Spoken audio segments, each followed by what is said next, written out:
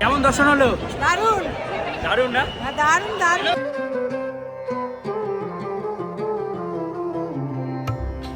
যে শহরের নামের সঙ্গে জড়িয়ে আছে মহাকালের অস্তিত্ব, যে শহরে সকাল শুরু হয় মহাদেবের নাম নিয়ে আর সন্ধে নামে শিপ্রার ঘাটের আরতির আলোয়, সেই শহর উজ্জয়িনী।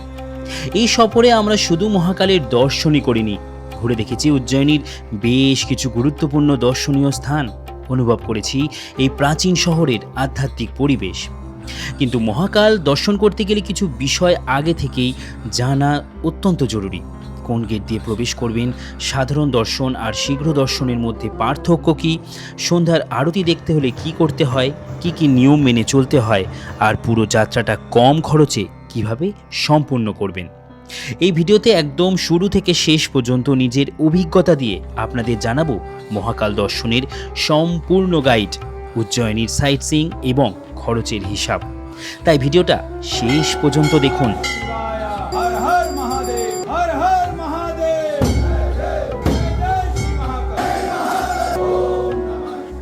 হাই সবাই, কেমন আছো? সবাই আমার সাথে একসাথে বলো হর হর মহাদেব। যেটার থেকে তোমার বন্ধু প্রীতম আরও একটা নতুন ভিডিওতে, নতুন টেস্টে, নতুন ট্যুর গাইড নিয়ে। আর আজকে আমি তোমাদেরকে যে ট্যুর গাইডটা দেখাবো সেটা হচ্ছে মহাকালেশ্বর ঘোরার ট্যুর গাইড, যেটা হচ্ছে উজ্জয়ন মহাকাল। আমরা জানি যে বারাণসী হচ্ছে যেমন মহাদেবের মেন শহর, সেরকম বারাণসীর মতনই মহাদেবের টোটাল 12টা এমন জায়গা, 12টা জ্যোতির্লিং, যেখানে মহাদেব জ্যোতির্লিং হিসাবে প্রকাশ হয়েছিল। আর তারপরে সেই জায়গাগুলো জানোই যে কিভাবে জনপ্রিয়তা পেয়েছে সময়ের সাথে যুগ যুগ ধরে। তো সেইগুলোতে আমি যাচ্ছি না, আমি আজকে তোমাদেরকে ডিসকাস করব আজকে আমি ট্যুর গাইডটা নিয়ে। কারণ অনেকেই যেতে চায় হচ্ছে মহাকালেশ্বর ঘুরতে, মহাকাল কী করে ঘুরবে, সেই জন্য কিন্তু আমি তোমাদের এই ট্যুর গাইডটা বানিয়ে দিচ্ছি। প্রথমেই শুরু করি যে মহাকাল যাওয়ার জন্য আমাদের, মহাকাল উজ্জয়ন যাওয়ার জন্য, বাবার এই এক শহরে যাওয়ার জন্য আমাদেরকে কোথা থেকে ট্রেন ধরতে হবে, কীভাবে পৌঁছাতে হবে। চলো ঝটপট দেখে নিই হাওড়া, শিয়ালদা বা কলকাতা স্টেশন থেকে আমাদের কি কি ট্রেনে করে পৌঁছাতে হবে এই উজ্জয়ন রেলওয়ে স্টেশন। উজ্জয়ন আসার জন্য তোমাদেরকে আমি একটা কথাই বলবো, শিপ্রা এক্সপ্রেস হয়তো তোমাদের সোম, বৃহস্পতি আর শনি এই 3টে দিন দেখাবে। এছাড়া শনিবার দিন যে ট্রেন থাকে সেই ট্রেনগুলো হচ্ছে কলকাতা থেকে আহমেদাবাদ এক্সপ্রেস, যেটা প্রতি শনিবার ছাড়ে, আর শালিমার ভুজ সুপারফাস্ট, যেটা শালিমার থেকে ভুজ পর্যন্ত যায়। এই ট্রেনটিতে করেও উজ্জয়ন পৌঁছানো যায়। তার মানে আমাদের ট্রেন ধরার জন্য যেটা করতে হবে সেটা হচ্ছে সোমবার, বৃহস্পতিবার আর শনিবার, এই 3টে দিন ছাড়া কিন্তু ডাইরেক্ট উজ্জয়ন যাবার আর কোনো দিন ট্রেন থাকে না। তবে তোমরা এই ট্রেনের ব্যাপারটাকে এখন ছেড়ে দাও, তোমাদেরকে আমি আরও একটা ট্রেনের উপায় বলে দিচ্ছি। সেটা নির্ভর করবে তোমাদের ভস্য আরতি, অথবা যে কোনো দিনে যদি মনে হয় উজ্জয়ন ঘোরার জন্য তোমরা এইভাবেও যেতে পারো। তোমরা যারা যারা 2 মাস আগে প্ল্যান করছো তাদের এই ট্রেন নিয়ে কোনো অসুবিধা নেই। সোমবার, বৃহস্পতিবার অথবা শনিবার তোমরা টিকিট কেটে নিতেই পারো। তবে যারা ভস্য আরতি দেখবে তাদের জন্য কিন্তু একটা প্রবলেম হতে পারে এই ট্রেনের টিকিট নিয়ে, যদি তোমরা অ্যাডভান্স ট্রেনের টিকিট কেটে থাকো। কারণটা কি? তার কারণ ভস্য আরতি প্রতি মাসের 1 তারিখে পরের মাসের টিকিট ছাড়ে। এইবার আমরা যখন এই ভস্য আরতির টিকিটটা কাটবো, আমরা নিজেরাও কনফার্ম হতে পারবো না যে কোন ডেটের ভস্য আরতির টিকিট আমরা পাবো। কারণ ভস্য আরতির টিকিট কাটার সময় প্রচুর চাপ থাকে। এই ভস্য আরতি কী সেটা আমি পরে বলবো, এখন ব্যাপারটা জাস্ট বুঝে রাখো। এইবার ভস্য আরতির টিকিটটা কাটার পরে আমাদেরকে দেখে নিতে হবে যে ওই অনুযায়ী কী ট্রেন আছে, তারপরে আমাদেরকে টিকিট করতে হবে। আমার ভস্য আরতি বুধবার হওয়ার জন্য আমার হয়ে গেছিল একটা প্রবলেম। আমি এবার ট্রেন কি করব। ট্রেন যে সমস্ত ট্রেনগুলো আমি বললাম সেগুলো প্রায় সন্ধে বা রাত করেই পৌঁছায় উজ্জয়নে। আমি যদি একদিন আগে চলে যাই এতে আমার কোনো অসুবিধা নেই। তাই আমি কি করেছিলাম, হাওড়া বা শালিমার স্টেশন থেকে অনেক ট্রেন আছে যেগুলো বিলাসপুর হয়ে যায়। বিলাসপুরে সকালবেলার দিকে পৌঁছাবে এরকম কোনো ট্রেন টিকিট করতে হবে। আর তারপরে প্রতিদিন বিলাসপুর স্টেশন থেকে ছাড়ে নর্মদা এক্সপ্রেস। প্রতিদিন 11টা 35-এ বিলাসপুর স্টেশন ছাড়ে ও সকাল 8:30টায় পৌঁছে যায় উজ্জয়ন রেলওয়ে স্টেশনে। তাই এই ট্রেনটায় করে যাওয়া সবথেকে সেফ আমার মনে হয়েছে। ব্যাস, উজ্জয়ন রেলওয়ে স্টেশন আমরা পৌঁছানোর পরে আমরা এবার কোথায় যাব? আমরা ওখান থেকে বাইরে বেরিয়ে টোটো অটো অনেক কিছু অ্যাভেলেবেল, ওখান থেকে আমরা বাইরে বেরিয়ে চলে যাব কোথায়? বাইরে বেরিয়ে চলে যাব আমরা হোটেল নেওয়ার জন্য অটো করে উজ্জয়ন মন্দিরের কাছে, মহাকাল মন্দিরের কাছে। তো চলো ঝটপট দেখে নিই যে আমরা অটো টোটো করে যাব যে কোথায়, সেই জায়গাটা কোথায় হবে, মন্দিরের কাছাকাছি না মন্দির থেকে দূরে। আমি কয়েকটা হোটেল তোমাদেরকে দেখিয়ে দিচ্ছি। আমরা এসে পৌঁছালাম, এই হচ্ছে উজ্জয়ন, আর এর উল্টো দিকে আছে অটো স্ট্যান্ড। অটো করেও তোমরা চলে যেতে পারো, অটো কারোর যদি মনে হয় 4 চাকা, এগুলো সমস্ত কিছু অ্যাভেলেবেল আছে এই জায়গাতে। তোমরা এখান থেকেও কিন্তু চলে যেতে পারো মন্দিরের একদম কাছে। আমরা বাইরে বেরিয়ে এসেছি। ভাইয়া কিতনা করকে সাওয়ারি? 20 রুপায়। তো আমরা এখানে উঠে পড়বো এই অটোতে। চলো, স্টেশনের সামনে থেকে আমরা এখন অটো করে সোজা যাব মন্দিরের কাছে। তারপরে গিয়ে আমাদের কাজ, কি কাজ? হোটেল নেওয়া, তারপরে রেস্ট করেই বেরিয়ে যাব। সকালবেলা এই জায়গাটায় অটোর জন্য আর টোটোর জন্য ওয়ান সাইডেড, ওয়ান ওয়ে। আর আমরা নেমে গেছি এখন এই রাস্তার মোড়ের কাছে। প্রচুর হোটেল আছে, হোটেল দেখতে দেখতে যাব। এখান থেকে মহাকাল মন্দির মাত্র 700 মিটার দূরে। আচ্ছা, বেঙ্গলি লোক। They are too much trustworthy about Mahakaleshwar. बहुत लोग आते हैं वेस्ट बंगाल से। कल भी हमारे कलकत्ता के कुछ गेस्ट थे, they the day before yesterday they came with the flight late night and tomorrow they take the darshan and after that 6 PM they have flight back to Kolkata। আচ্ছা, 4-5টা হোটেল খোঁজার পর আমার এই হোটেলটা বেশ পছন্দ হয়েছিল, যার রুম সাইজ আমাদের 3 জনের জন্য থাকার জন্য খুব সুন্দর ছিল। এসি রুম পেয়েছিলাম, যার ভাড়া নিয়েছিল এখানে প্রতিদিনের হিসাবে প্রায় 1500 টাকা করে। একটু বার্গেন করলে এটা 1200 টাকাতেও হয়ে যায়। আমরা এই রুমেই থাকবো পরবর্তী 3 দিন। আমাদের হোটেল মন্দিরের গেট থেকে পায়ে হেঁটে মাত্র 1-1.5 মিনিট দূরত্বে ছিল।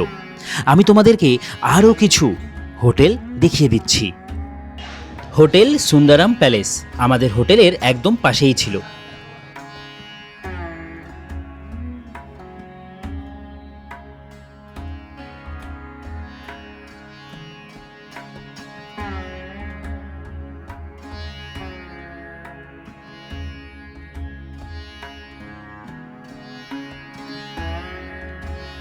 সুন্দরম প্যালেস। এখানে এই রুমটার কস্ট হচ্ছে 2000 টাকা। আর তোমরা যদি বুক করতে চাও অবশ্যই এনাকে কন্ট্যাক্ট করে নিও। এখানেও তোমরা হোটেল নিতে পারো, হোটেল মন্থন প্যালেস। এখানে আমার রুম ছিল, আর তোমরা চাইলে এখানেও রুম নিতে পারো।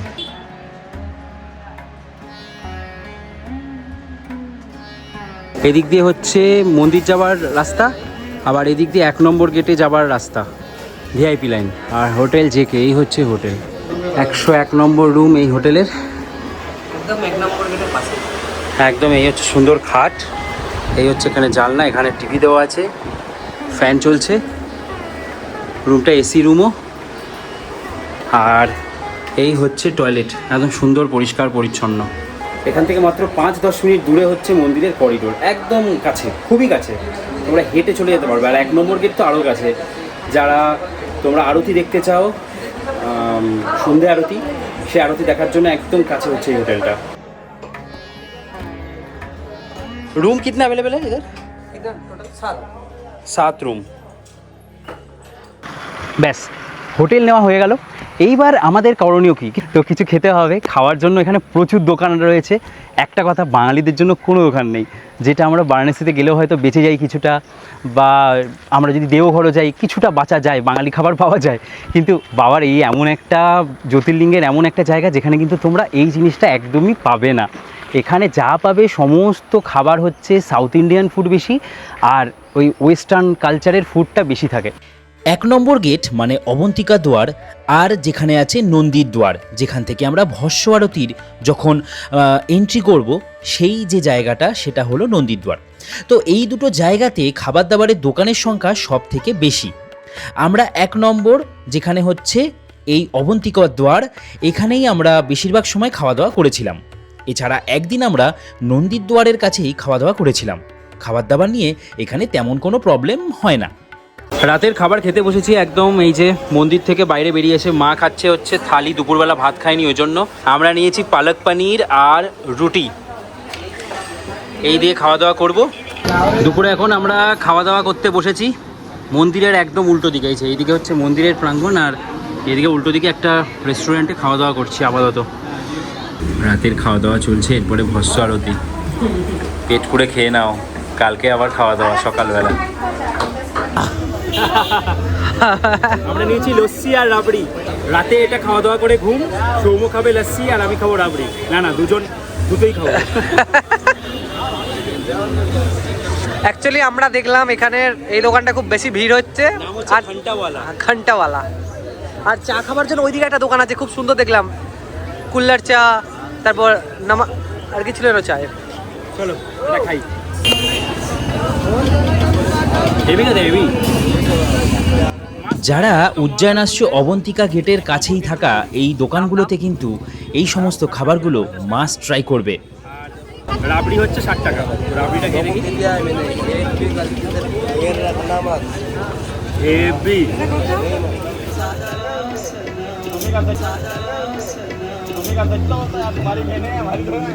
এবার আমাদের করণীয় কি থাকবে, কিভাবে দর্শন করব? উজ্জয়নের যে ওয়েবসাইট আছে নিজেদের, মহাকালেশ্বর যে ওয়েবসাইট আছে, সেই ওয়েবসাইটে গিয়ে তোমরা বুক করতে পারবে বিভিন্ন সময়কার স্লট। সারা দিন ধরে দর্শনের যে স্লট, এখানে হচ্ছে পুরোটাই টাকার খেলা। টাকা দাও, দর্শন করো। অন্যান্য জায়গায় যেমন সব সময় টাকা লাগে না, কিন্তু এখানে সব কিছুতেই টাকা। যেমনটা বলে দিই, আমি যেদিনকার গেছিলাম সেদিন আমি কি করেছিলাম সেটা চলো ঝটপট তোমাদেরকে একবার দেখিয়ে দিই। মহাকাল মন্দিরে তোমরা দর্শন করতে চাইলে দর্শনের যে প্রতিদিনের পাস হয় সেটা প্রতিদিনই পাওয়া যায়। এছাড়া এখানে নানা আরতি যেগুলো তোমরা প্রতিদিন দেখতে পারো, সেই আরতিগুলোরও যে টিকিট হয় বা ভিআইপি টিকিট হয় সেটা প্রতিদিনেরটা প্রতিদিনই অনলাইনে পাওয়া যায়। ভস্য আরতি বাদে শয়ন আরতি, শীঘ্রহ দর্শন ও সন্ধে আরতি, এগুলোর টিকিট প্রতিদিনেরটা প্রতিদিন কাটা যায়। প্রত্যেকটা 6 ঘন্টা আগে, মানে ধরে নাও শয়ন আরতি যেমন রাত 10টা থেকে 11টার মধ্যে হয়, তাই দুপুর 3টের সময় এই টিকিট অনলাইনে দিনাদিন পাওয়া যায়। এছাড়া যে সন্ধে আরতি সন্ধে 6টায় হয়, সেই সন্ধে আরতি দুপুর 12টার সময় টিকিট ছাড়ে। তোমরা সব কিছুই অনলাইনে বুক করতে পারবে। আর শীঘ্র দর্শনের টিকিটটা অনেক দিন আগে থেকেই অনলাইনে পাওয়া যায়, যেটা তোমরা একটুখানি চেক করে বুক করে নেবে। এখন সময় আপডেট হচ্ছে 11টা, আর আমরা ফ্রেশ হয়ে রেডি হলাম। এখানে প্রায় আমরা 10টার সময় এসেছিলাম, আর ফ্রেশ হয়ে রেডি হয়ে গেছি। জুতো একদম ঘরে রেখেই, মন্দির যেহেতু একদম কাছেই, তাই খালি পায়েই চলে যাব একদম মন্দির প্রাঙ্গণের কাছে। নর্মালি জেনারেলে নাকি খুব একটা বেশি সময় লাগছে না এখন, যেহেতু আরতি শেষ হলো, 10টা থেকে 11টা আরতি হয়, ভোগ আরতি। চলো এবার দেখি গিয়ে আমাদের কতটা কি টাইম লাগছে, সমস্ত কিছু আপডেট দেবো।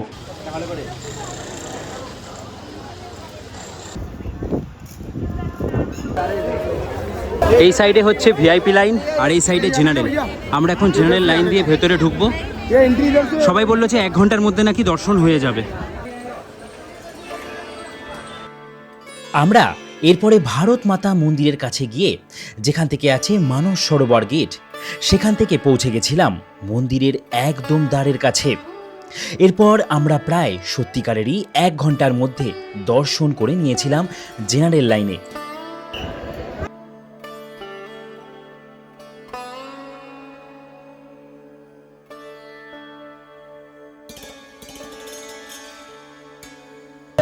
আমরা সবাই দর্শন করে বেরোলাম। মা, কেমন দর্শন হয়েছে? দারুণ না? কেমন হলো দর্শন? জানালে এত ভালো হবে কেউ জানতো না, সবাই ভিআইপি, এসে থেকে ভিআইপি। হ্যাঁ, সবাই 40 মিনিট লেগেছে আমাদের। 40 মিনিটে আমাদের দর্শন হয়ে গেছে।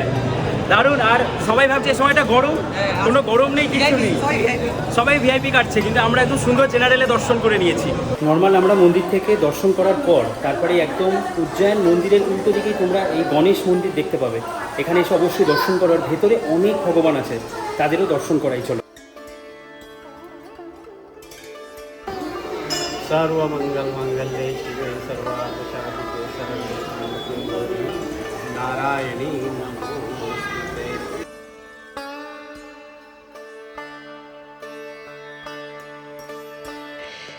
এরপরে আমরা আবার ভারত মাতা মন্দিরের পাশ দিয়েই বেরিয়ে পড়লাম আর চলে গেলাম আমাদের হোটেলে। বিকেলে আবার আসবো আমরা। আমাদের দর্শন করার টিকিট সন্ধে আরতির জন্য কাটা আছে। এখানে আমাদের একদম প্রথমে লাইন, একদম আমরা 3 জনের পরে লাইনে ছিলাম আজকের সন্ধ্যা আরতির লাইন। সময় আপডেট হচ্ছে 5টা, আর আমাদেরকে পুরো আলাদা করে ঢুকিয়ে দিল এই সন্ধ্যা আরতির লাইনের জন্য। এই যে দেখো সবাই ঢুকছে, আমরাই প্রথম ঢুকলাম। মা প্রথম ঢুকলাম আমরা। এবার ভেতরে গিয়ে যদি স্ক্যাম হয় তাহলে কিছু বলা হ্যাঁ, ভেতরে গিয়ে যদি কি আর অনেকে আছে তাহলে একটা চাপ হয়ে গেল।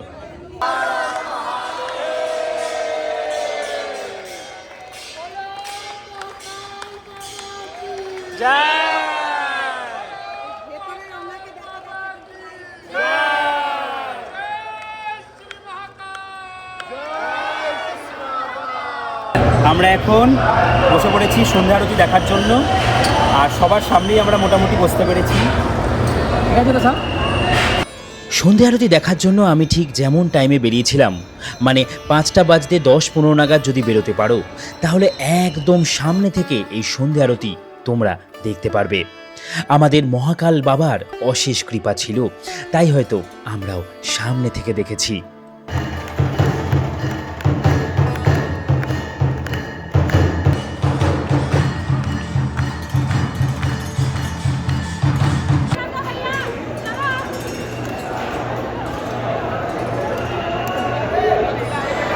দারুণ সুন্দর আরতি দর্শন হয়েছে।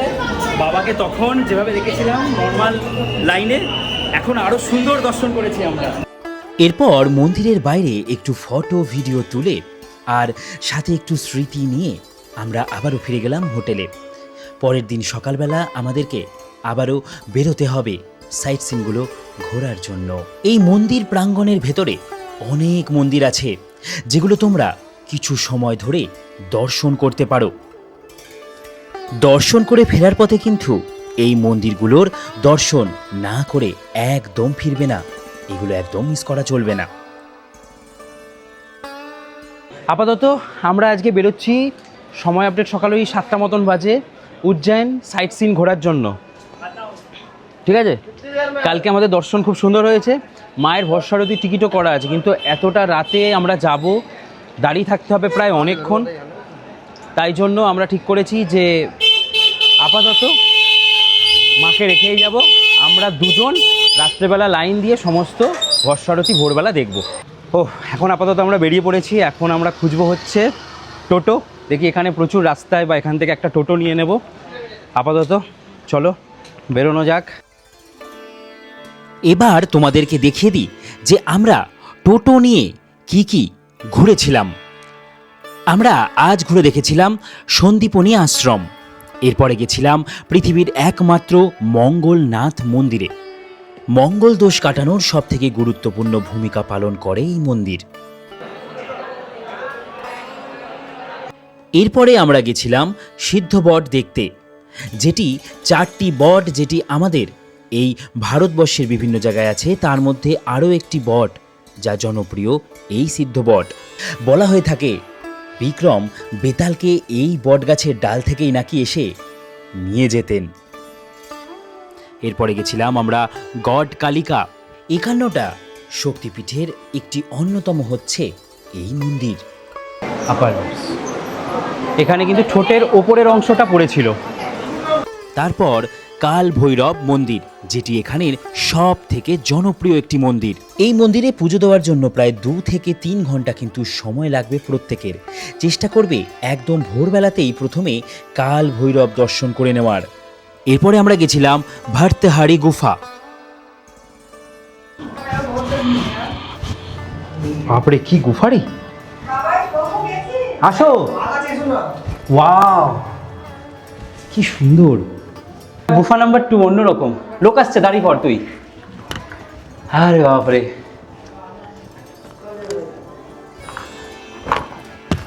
এবি কিন্তু নিচু হয়ে যেতে হচ্ছে। তারপর ঋণ মুক্তেশ্বর মন্দির। বলা হয় জীবনের কোনো ঋণ থাকলে, কোনো টাকা পয়সা থেকে শুরু করে বাকি অনেক কিছু ঋণ তো হয় এই পৃথিবীতে। যাই থাকুক না কেন সব কিছু ঋণ নাকি মুক্ত করেন এই ঋণ মুক্তেশ্বর। এখানে ঋণ মানে শুধু টাকা পয়সার ঋণ নয়, কিন্তু এখানে ঋণ মানে সব কিছুর ঋণ, সম্পর্ক থেকে শুরু করে ভালোবাসা, টাকা পয়সা সব। আর গেছিলাম আমরা অঙ্গরেশ্বর মহাদেব মন্দির। এই সমস্ত জায়গাগুলো ঘুরতে টোটোতে মোটামুটি 500 থেকে 600 টাকা নিয়ে থাকে। এবার বার্গেন করে তোমরা কম বা বেশি সেটা ডিপেন্ড করছে তোমাদের ওপরে। এই সমস্ত জায়গাগুলো ঘোরার পর আমাদের টোটো দাদা 200 টাকায় আনলিমিটেড খাওয়া দাওয়া এমন একটা জায়গায় নিয়ে গেছিল, যেটা খেয়ে আমি অবাক হয়ে গেছিলাম। মানে এখানে প্রত্যেকটা খাবার কিন্তু আনলিমিটেড, সেটা মিষ্টি হোক, স্যালাড হোক অথবা ডাল বাটি চুরমা হোক, সমস্ত খাবার দাবার এখানে যত খুশি খাও। এটাই আমাকে অবাক করেছিল। তাই এই টোটো দাদাকে কিন্তু আমি রিকমেন্ডেশন দেবই 100%। আমাদেরকে খুব সুন্দর করে ঘুরিয়েছিল। সমস্ত খাবার কিন্তু এখানে আনলিমিটেড দিচ্ছে, সবই খানা আনলিমিটেড है। ওয়াও নাইস, যা চাইবে লাড্ডু পর্যন্ত আনলিমিটেড। क्या बात। সকাল 8টায় বেরিয়েছিলাম, সময় আপডেট প্রায় 4টে। দারুণ ঘুরিয়েছে দাদা। दादा आप बहुत अच्छे हो, मतलब एक बात ये है कि बहुत पेशेंस है आप में, कि सब जगह पे हम टाइम तो ले रहे हैं लेकिन आपका कोई दिक्कत नहीं हो रहा था। आपको कैसा लगा सर? आपसे घूम के बहुत बढ़िया लगा, और सबसे बढ़िया लगा लास्ट में जिस जगह पे जाके आपने खाने का रिकमेंडेशन दिया आज दोपहर का, वो बहुत बढ़िया था। सर आप आइए नेक्स्ट डे, बाबा महाकाल कभी बुलाए तो आप बेझिझक फोन लगाइए हमको। एकदम एकदम और अगर मेरा वीडियो भी देख के कोई आता है जी उनको भी सही से घुमाएगा। बिल्कुल सर, और भी अच्छी अच्छी जगह घुमाएंगे उनको जो चीज़ नहीं देखी वो भी हम घुमा देंगे उनको। आपका नंबर बोल दीजिए ऑन स्क्रीन। मेरा नंबर है 6267277277। ओके ओके बिल्कुल ठीक आइए है। आप महाकाल। ओके, जय श्री महाकाल। जय श्री महाकाल। আমরা তো দাদার সাথে প্রায় 8টা জায়গা ঘুরলাম, 8 जगह घूमे हम लोग, और जो जगह आप घुमाते हैं वो भी आप दिखा दीजिए। ये होते हैं सर 10 मंदिर घुमाते हैं हम। ये शहर के साथ, ये शहर के बाहर जी আমরা, हाँ ये दोनों जगह होते हैं सर, शहर के मंदिर के अंदर भी घुमाते हैं, शहर के बाहर भी घुमा लेते हैं। अच्छा, इधर का ये क्या चार्जेस होता है आप बोल दीजिए। हाँ सर, इसका रहता है 1000। 1000 रहता है ये सब मिला के। सब मिला कितना लोग जाता है उसमें? 5 मेंबर रहते हैं। 5 मेंबर। 5 मेंबर 6 এরপরে আমরা এসেই একটু রেস্ট নিয়েই বেরিয়ে পড়েছিলাম হর সিদ্ধি মাতার আরতি দেখার জন্য, যেটি এখানে খুব জনপ্রিয়। এই যে দেখতে পাচ্ছ তোমরা, এগুলোতেই কিন্তু বেয়ে বেয়ে উঠে আরতি হয় এই মন্দিরে, যেটা আমরা দেখেছিলাম 5টা থেকে 5:30টার মধ্যে। অবশ্যই তোমাদেরকে এই মন্দিরের কাছে পৌঁছাতেই হবে। আর তারপরে আমরা এই আরতি দেখেই বেরিয়ে পড়েছিলাম কোথায়? শিপ্রা নদীর ধারে। ওখানে গিয়ে আমরা দেখেছিলাম শিপ্রা নদীর আরতি। যদি মনে হয় তোমরা প্রথম দিনও শিপ্রা নদীর আরতি দেখতে পারো, সেক্ষেত্রে তোমাদের রাতের শয়ন আরতি কিন্তু দেখতে হবে মন্দিরের। আমরা যেহেতু সন্ধে আরতি দেখেছিলাম, তাই জন্য আমরা শিপ্রার আরতিও এই আরতি দেখার পরে পৌঁছে গেছিলাম। দারুণ দারুণ অভিজ্ঞতা। উজ্জয়ন গেলে হর সিদ্ধি মাতার দর্শন না করে একদম আসবে না, কারণ 51টা শক্তিপীঠের মধ্যে আরও একটি শক্তিপীঠের দর্শন তোমরা এখানে পেয়ে যাবে। এইখানে মায়ের কনুই পড়েছিল।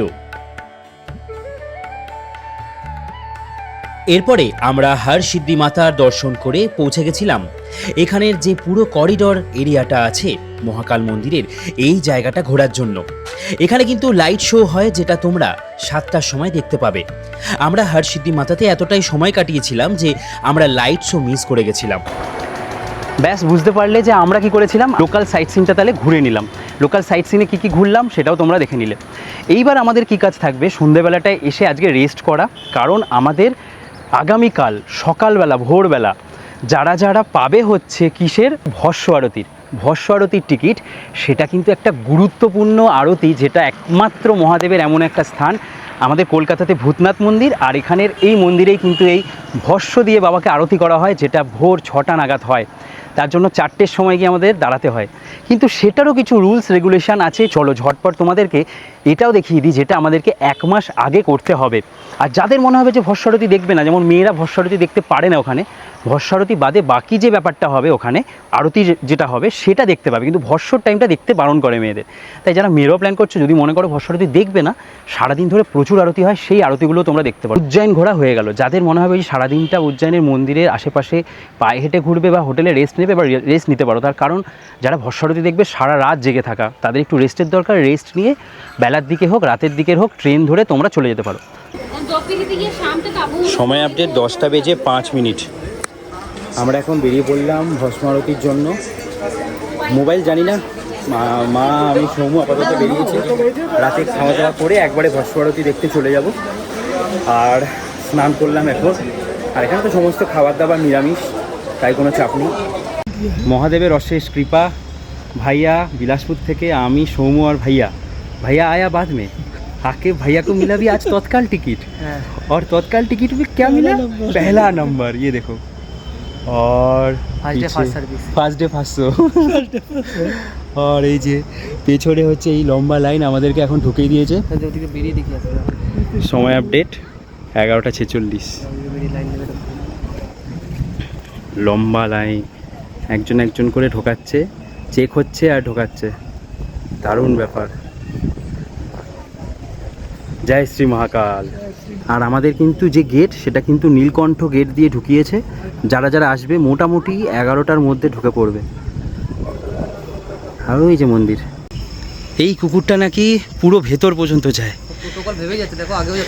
ये पूरा अंदर जाता है ये डॉग, क्या बात है, ये हर रोज जाता है। সামনের যে দাদাটা যাচ্ছে, ওই দাদাটার ফোন নিয়েছি, ওই ফোনেই ভিডিও করছি। আমি ভয়ে ফোন আনিনি, যদি ফোন রাখতে হয় কোথাও।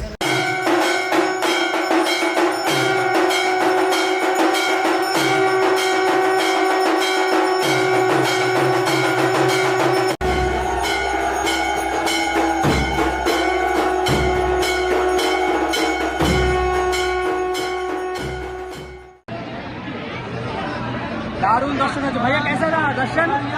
बहुत बढ़िया था, भस्म आरती बहुत बढ़िया, बहुत बढ़िया था। চলো তাহলে এবার দেখিয়ে দিই তোমাদের, এই যে আমরা ঘুরলাম, এই ঘোরার ক্ষেত্রে আমাদের খরচ কেমন হলো প্রায় 2-3 জনের হিসাবে। যেখানে কিনা আমরা এই উজ্জয়নকে পুরো ঘুরে দেখলাম, আমাদের কেমন খরচ হলো সেটা চলো আমরা ঝটপট তাহলে দেখে নিই। এবার দেখে নেওয়া যাক এই ট্যুরে 3 জনের খরচ কত। ট্রেনের টিকিটের খরচ 750 টাকা করে স্লিপারে, 3 জনের আপ ও ডাউনের খরচ 4500 টাকা। হোটেল ফেয়ার 3 দিনের জন্য নিলে 3600 টাকা। খাবারের খরচ লাগবে প্রায় আমাদের 3000 টাকা। পূজার বুকিং আর দর্শনের জন্য 750 টাকা। সাইট সিনের জন্য 500 থেকে 600 টাকা।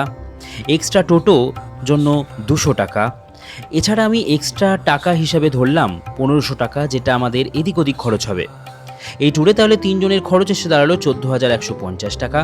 একজনের খরচ ওই 4715 টাকা মতন। ব্যাস, আশা করি বোঝাতে পারলাম যে তোমাদের এই উজ্জয়ন বা মহাকাল ঘোরার জন্য কেমন কি খরচ হতে পারে। আশা করি তোমাদের ডাউট আমি পুরো ক্লিয়ার করলাম। আমি তো তোমাদেরকে গাইড করলাম, তোমরাও এসে বলো, জানাও ঘুরে এসে আমার এই গাইডে যে তোমরা কতটা গাইডেন্স পেলে। আর অবশ্যই ভালো লাগলে আমাকে সাপোর্ট করো। চলো আজকের মতন এই ভিডিওটাকে এখানেই শেষ করছি। দেখা হচ্ছে তোমাদের সাথে পরের ভিডিওতে। আমার সাথে একসাথে বলো হর হর মহাদেব, জয় শ্রী মহাকাল।